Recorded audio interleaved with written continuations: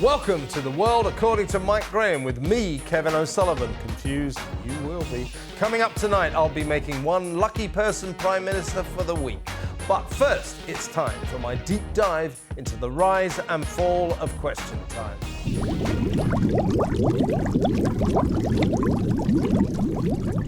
Question Time started on the BBC in 1979, and its first host was the legendary Robin Day. Hello, and here we are for the first of our weekly Question Times with an audience in a South London theatre which has been specially converted for television. The audience are much the same people as they were when they came in. They're what's described in TV circles as real people. From the very beginning, the Question Time audience promised to hold politicians to account. All they had to do was remember their question. And the first question is from Miss Charlton. Which question? You had a short one, I think. About what? About the team and... About the beer? You had one at the end, I think I remembered. You had two or three. I thought you wanted to ask her one more. How are you doing there? What have you got in that handbag? Well, while you're waiting, I'll tell you what it was. It was what does the team like doing on a night out? What does the team Yes, we've got that. When the audience weren't shouting at politicians, they were shouting at each other. Rubbish! I'm sorry, but at the end of the day, it's the general public that are standing for him. Trying to blame immigrants for the cutbacks. Sometimes they even got removed from the studio. I think you ought to leave, you know, because...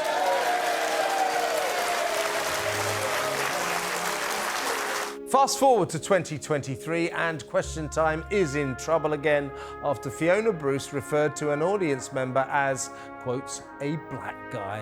The guy there in the middle, the black guy in the middle, yes, you, sir. I'm not sure why at the party conference they didn't speak about more funding into schools. Can the BBC recover from this latest scandal? Let's find out now from an expert.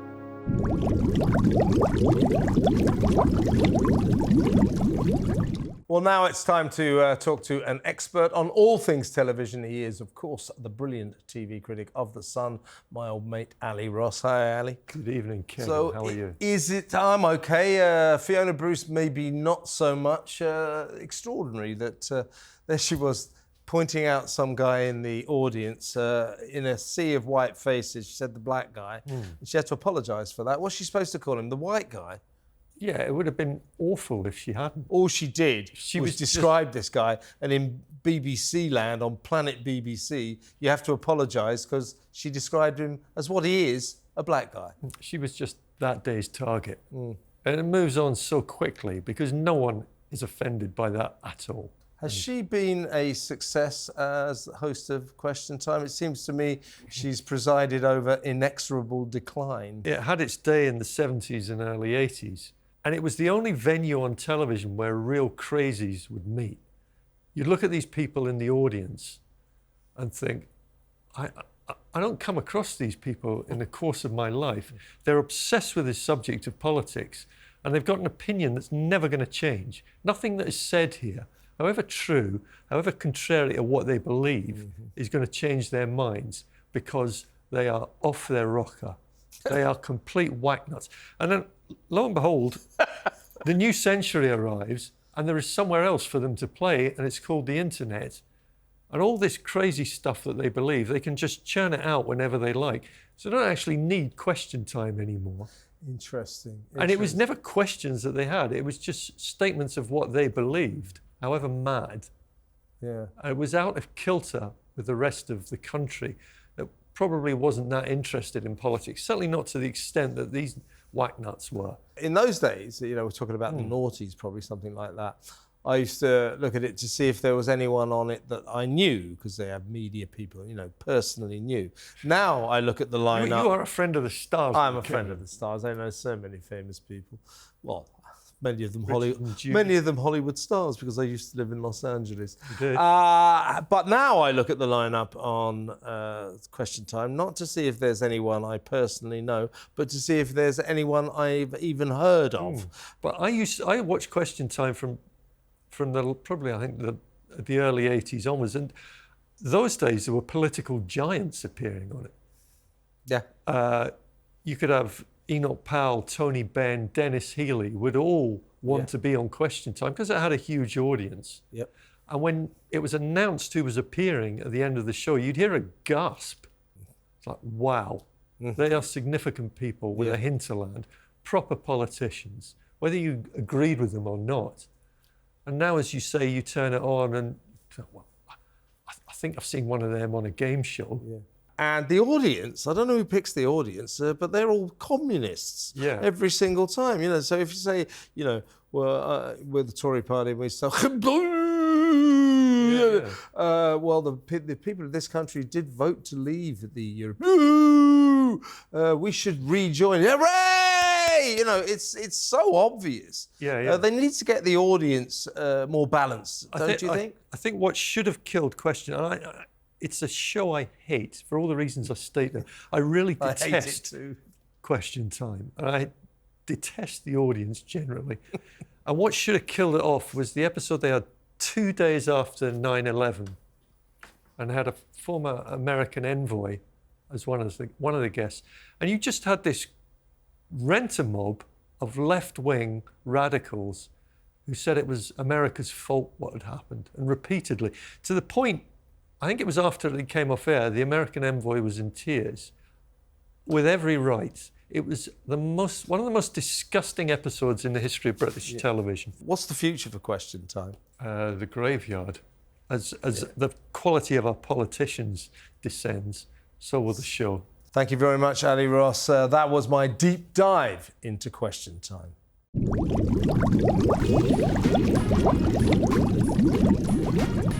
I'll be back after the break with another edition of Prime Minister for the Week.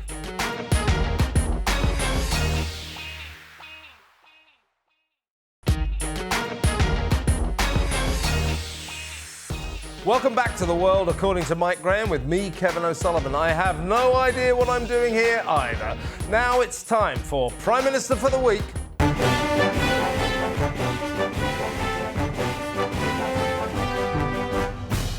Time now for Prime Minister of the Week. We have two contenders who want to get their feet into the door of number 10 Downing Street. They are, of course, Matt Kelly, Editor-in-Chief of The New European, and Amanda Devlin, Deputy Showbiz Editor of The Sun. You're going to come up with a few ideas that you think makes you qualified to run this country. You first, Amanda. It says here, sack all train drivers. So you're a good candidate to run ASLEF then, are you? So what do you mean? I feel like when you read it out like that, it does sound quite harsh. Yeah, but I did it deliberately. I think it needs to be that we have driverless trains that just go back and forth, and we get there on time, we get there safely, and everyone's happy. Well, you know, in a sense, Matt, see what you think. I mean, I think it's mad. Yeah, let's move on. No, driverless trains are what train drivers and their unions really worry about. I mean, technically, it's a possibility. Yeah, because what they're happens doing if you've got better. nutcases on the train and there's nobody there to stop Well, the drivers couldn't do anything about that anyway. Absolutely, I've been on the train. trains to look Is that how after you drive trains? I've been on the train and there's been absolutely. I got stuck on a train once. The doors wouldn't open. You're shouting out. You're running, and no one's there to actually help you. So if it was a driverless train, it wouldn't have been any different. Recently, I was commuting and it was in between all of the strikes, and we had the train driver chatting away saying, oh, it's a really busy train today. You know, if you see anyone with their bag on the seat, tell them to take it off and you can sit down. I thought, why are we talking about this and being told like we're complete idiots? It's absolutely ridiculous. And I think it just needs to be, we're going from A to B, just have a driverless train. I just love the idea of running for Prime Minister. This is your ticket. Sack all train drivers. Yeah, vote for me. I think I would get a lot of votes from people who commute. I don't think we care whether we sack train drivers anymore. They never go to work anyway. They just stand on picket But we lines. still need And everybody's lost. How would we know? Yeah, exactly. Everybody's lost interest Did you in agree whether or with not. me? No. Are you going to vote for me? Oh. No, I'm not voting. No. Okay, Matt, your first idea to qualify you to be Prime Minister. I want to ban billionaires. And I'm not talking about... Well, including our current Prime Minister.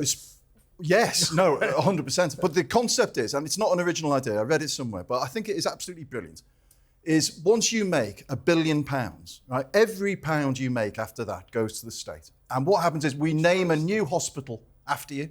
You get to be a scion of society and you're contributing. But who needs more than £1 billion? So right. Why just keep accumulating everything? I think if you've managed to take that much out of society, you should be able to give a lot back as well. And so every cent, every penny you make after you make £1 billion goes into the Treasury, and they build loads of new hospitals, and some of them will be named after you, which will be your reward. What's the incentive, though? Well, the incentive is, well, this is the other point. If you're not driven by a sense of altruism, by wanting to give back, which I'm not, you're not, but you're not a billionaire to my certain. That is very true. My certain knowledge. If you, what gives you that I idea? think we should incentivise philanthropy and altruism. We've got in the States. Billionaires are in the habit of giving away fortunes, but not so much here. I think that we need to reverse that and put the obligation back on people who've made because they pay huge so much wealth. tax anyway. They put so much money back in anyway. But they don't. I don't think that someone who has worked so hard to get to what they've got. I don't want to stop anyone being aspiring to. I mean, I'd love to be a billionaire. What do you think you would be depriving them of if they were only down to their last £1 billion? I don't know. I think you can always just aim higher. Don't you think you can just get more and more money? I think there's a great. I think there's a greater good, and I think. Greed, naked greed, should be discouraged. But you've seen house prices. They're probably quite poor. Billionaires these days. Billionaires hang on, wait, have you thought this through? Billionaires are quite poor. Yeah, because everything They're has gone literally up. the definition of rich. Everything's gone up. They're struggling as well, like these normal people. Oh, I recant my strategy. It's occurred to me now that billionaires are struggling financially. How do you get to be a millionaire, be a billionaire and buy a football club? Right, Amanda, your next suggestion. Okay, so I'm going for trying to make adults, basically make adult bars, adult, and not in a rude way, but I've got adult that only sounded bars a little bit, and that sounded a bit planes. dodgy. I meant Is this as a sort in of porn no thing? children. I meant no children. So there's specific bars, really fancy bars, really fancy restaurants, and full planes, not just if you're paying extortionate prices, where you kind of deserve that you think you're going to go in there and you've paid a good amount of money to enjoy your evening, and yet you've got screaming kids or they're running around. I think you deserve in this day and age, if you've paid a lot of money to get onto somewhere, that you deserve a bit of peace and quiet. If you don't have to have kids everywhere that you go. I'd have an adults-only country. No children allowed. That'll get you straight to Downing Street, I'll tell you. If you want to come work for me, Kev, then I will take that. Only if you're prepared to expand the remit to an adults-only country. Okay, I actually agree with Amanda on this, but for maybe the other reason, which is because I've got kids and they have been noisy in the past, as you have experienced. And I like going to restaurants where I know they can be noisy without upsetting people. So if there were adult-only restaurants, then I'd give them a swerve and I'd go to a place that was very family-friendly instead. Yeah, that's a good idea, because you're right. I mean, there's nothing wrong. It's quite right that parents should be able to take their kids out for a nice meal and their kids can have a good fun and make a bit of noise. But it can be very annoying if, like me, you can't stand the sight of children. There's just a time and a place, and sometimes you do look around and they're really nice restaurants and you think, what are these kids doing that? They don't appreciate it. They've been spoiled when they're super young. I think it's an amazing idea to have this kind of separation where everyone knows what they're going to. It's like having a dress code, isn't it? You kind of know what to expect at something. Sure. Do you want to know how to make kids obsessed with you and really love you and want to hang around with you all the time? Make it very clear to them that you can't stand them, which is what I do, and they just hover around me like bees around a honey. Pied Piper. They're bemused by someone who just said, get out of here, not interested in anything you have to say or do. What is your next nomination? It's a very kid-themed couple of segments here. My next suggestion is that we ban homework, right? Because the idea that kids should come home from school and then sit there grumpily, spoiling family life while they do the homework seems nuts to me. And I think we can kill a couple of birds with one stone here. We can make them stay another 90 minutes or a couple of hours in school afterwards, and we would pay the teachers who are looking after them extra money, so the teachers are getting rewarded. The kids would get their homework done in an ordered manner, and they'd all be in the same environment, which is very important. Because I think, if kids are going home to disorderly environments, it's very hard for them to do homework. So they stay in school, do their homework, get it out of the way, and then they go home and everyone can relax as a family. And the teachers get a bit more money. They know the homework's being done properly. The kids know exactly what the structure of the day is. So they haven't got this constant battle about going home. Have you done your homework? Yes, I've done my homework. And then getting phone calls, oh, so-and-so hasn't done his homework. Get it done at school. That's what a school's for. I think it's a good suggestion because the problem with homework, I mean, I can remember it. I went to school about 300 years ago.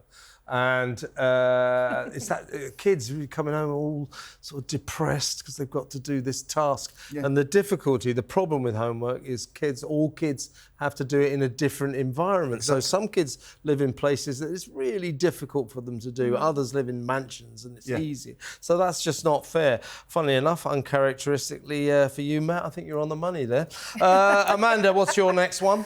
Okay, mine's more like... kids, more bloody kids. It's more kids again. Well, it's more young people, I would say. I really think that when you are going to sixth form, uni, you know, you're later on in your school years, I think you need to, you've got all these gaps, haven't you, in your education where you're put on a 9 a.m. lecture and then you don't have anything till 4 p.m. later in the day. So there's a lot of space in your diary. I think that they should be putting them out to work and to get some experience, because that's where you meet people and you get a chance to get offered a job. And I think that's why going to university, I remember how I had lectures Monday morning and Friday afternoon, and so the whole rest of the week you were just basically out drinking, which I did enjoy. But I also think you could make time for actually going out and learning the skills that you need to actually get a job afterwards. And I was so lucky because I did work during uni and then got a job after, before I'd even graduated. And I think that's what you need out of it.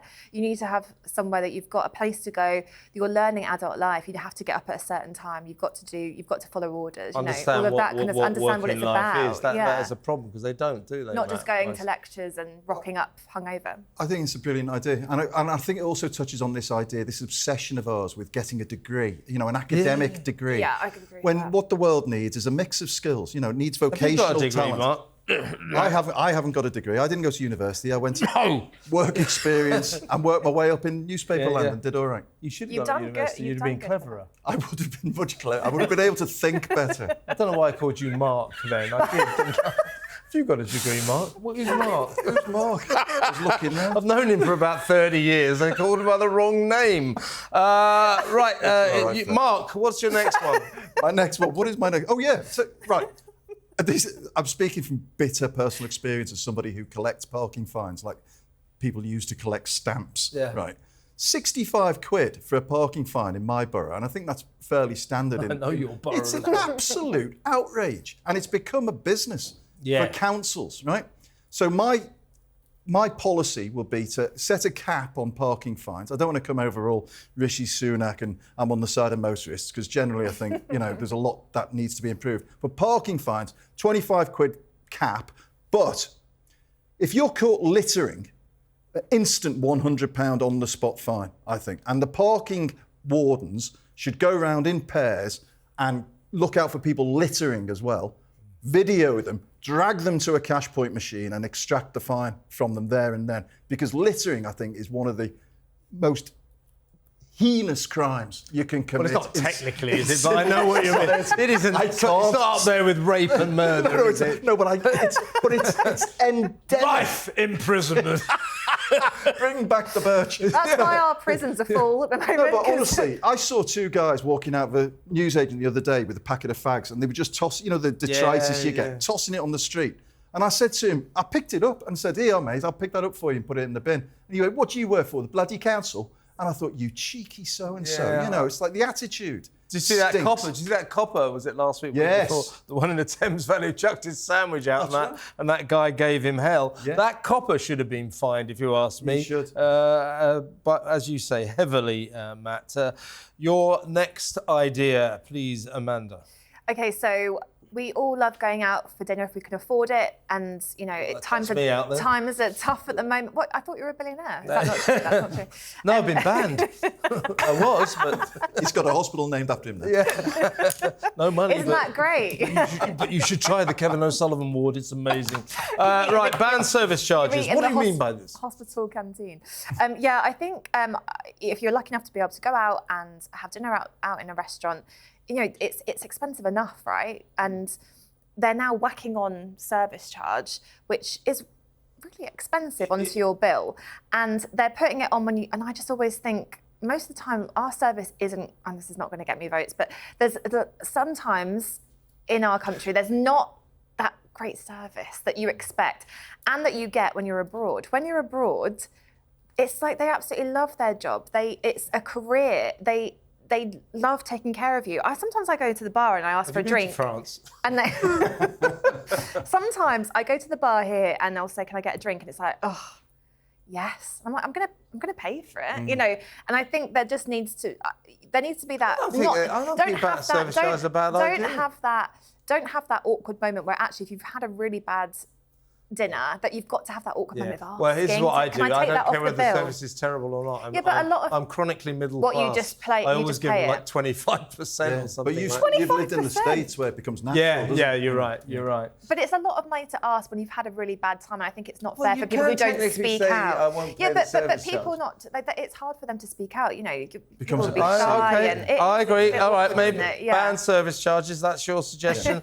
And with a sickening inevitability, we come to Matt's last suggestion. just in case Tell anybody- us what it is, Matt, case the any- editor of the New So the New European. Yeah, what is your last suggestion? It's to reapply to join the European Union. Wah, wah, dear. wah. Oh, I knew this would go down like a Go on, then, bucket go of on. sick. Tell us why. Well, I'll tell you why, because it's Sorry, just gonna put some it's matchsticks in my mate, eye. it's what the people want.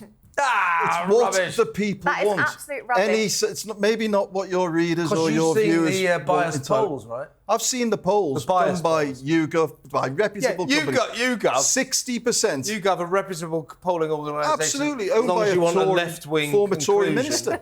Yeah, but look, Matt, those polls, they go out there and go, you know, in order for Britain not to go bankrupt and for millions of children not to die of starvation, would you like to rejoin the EU? Yeah, but mate, there's a big clue in the question there. You know, I mean, if the question is, It isn't what the people If the want. question is, would you, if you could, go back and press a big red button and Brexit never happened, a majority of people in this country would say, "I'll press it in a heartbeat." But a Well, majority I of don't think our I don't think you're right. You say the people want this. Your people want this. All these metropolitan No, elites the who live in majority of Islington people. Yeah. and Hampstead. I think you can't stand don't people who live in Islington Don't and you Hampstead. talk to me about Hampstead, mate. Islington, Hampstead. That's not the point. Fair enough, Matt. Okay, I need to choose who will be Prime Minister of the week. I think you came up with... You're looking so great, Well, honestly. yeah, you Kev, came up with really some are great looking suggestions, but he's so- got to cook me dinner on Saturday. So, welcome, Prime Minister Matt Kelly. Are you absolutely kidding? Yeah, well, as I say, I want a good dinner. I'm going you, round to Kevin. his house in Islington. A very wise choice, Kevin. There you go. Matt Kelly, Prime Minister Amanda. of the mind Do you gracefully- boggled. do you gracefully concede? Fine, Thank you. fine.